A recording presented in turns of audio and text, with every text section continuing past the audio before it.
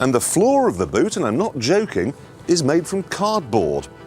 This car is as light as a buttercup, but under here you'll find the heart of a medieval Manx dog. You even look at that engine, they'll kill you. It wasn't built for TikTok clips or YouTube glory. It was built for precision. For people who spoke in revs per minute, not horsepower.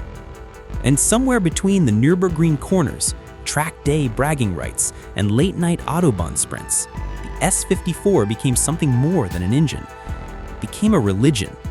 This is the story of BMW's most iconic straight six, the engine that powered the last real M3. This is the S54 B32, and it's why E46 M3 owners are the way they are. At the turn of the millennium, BMW had a challenge: build an engine that could follow the legendary S50, survive emissions regs, and still scream to nearly 8,000 RPM. Most brands would have thrown in the towel and gone turbo. BMW didn't. Instead, they engineered a naturally aspirated inline-six with Motorsport DNA. Launched in 2000 under the hood of the E46 M3, the S54 wasn't just a revision. It was a hand-built masterpiece. 3.2-liter displacement, DOHC with Vanos variable timing, individual throttle bodies, one per cylinder, forged crank, forged rods, high compression pistons, redline 7,900 RPM. BMW said it made 333 horsepower, but the way it delivered power? Silky, violent, and completely addictive. Let's break it down. The S54 has more in common with a touring car engine than your typical German straight six. Individual throttle bodies gave it razor-sharp response, solid lifters meant high revs, race-style precision, a magnesium valve cover to save weight, oil squirters under each piston, a semi-dry sump system to prevent oil starvation under high Gs. This wasn't over-engineering, it was intentional madness. The sound?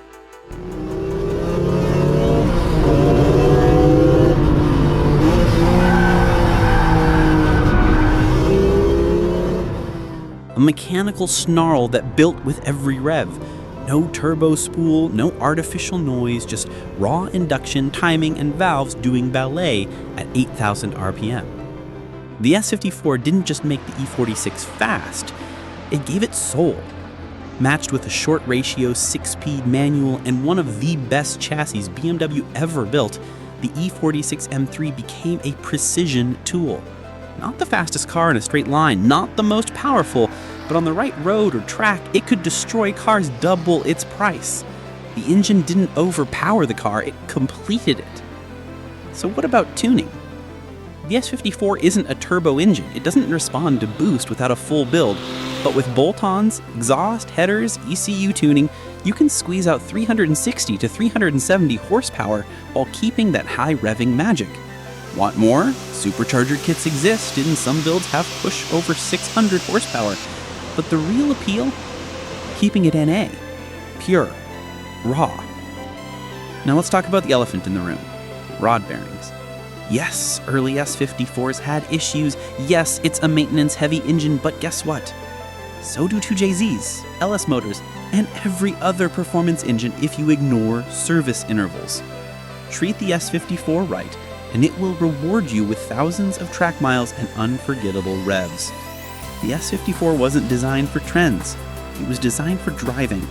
That's why it became an obsession. Ask any E46 M3 owner. They'll talk about how the car feels alive, how the engine begs to be pushed, how no modern BMW comes close. Even in the modern era of turbocharged M cars with double the power, enthusiasts still chase clean S54 builds, still pay collector-level prices for well-maintained M3s, still rebuild these engines just to keep them screaming. Why? Because it wasn't just an engine. It was BMW at its absolute best. Uncompromising, mechanical, soulful. The S54 didn't set out to be a legend, it just set out to be perfect. But in doing so, it became the heart of an icon. The last naturally aspirated M3, the peak of analog performance.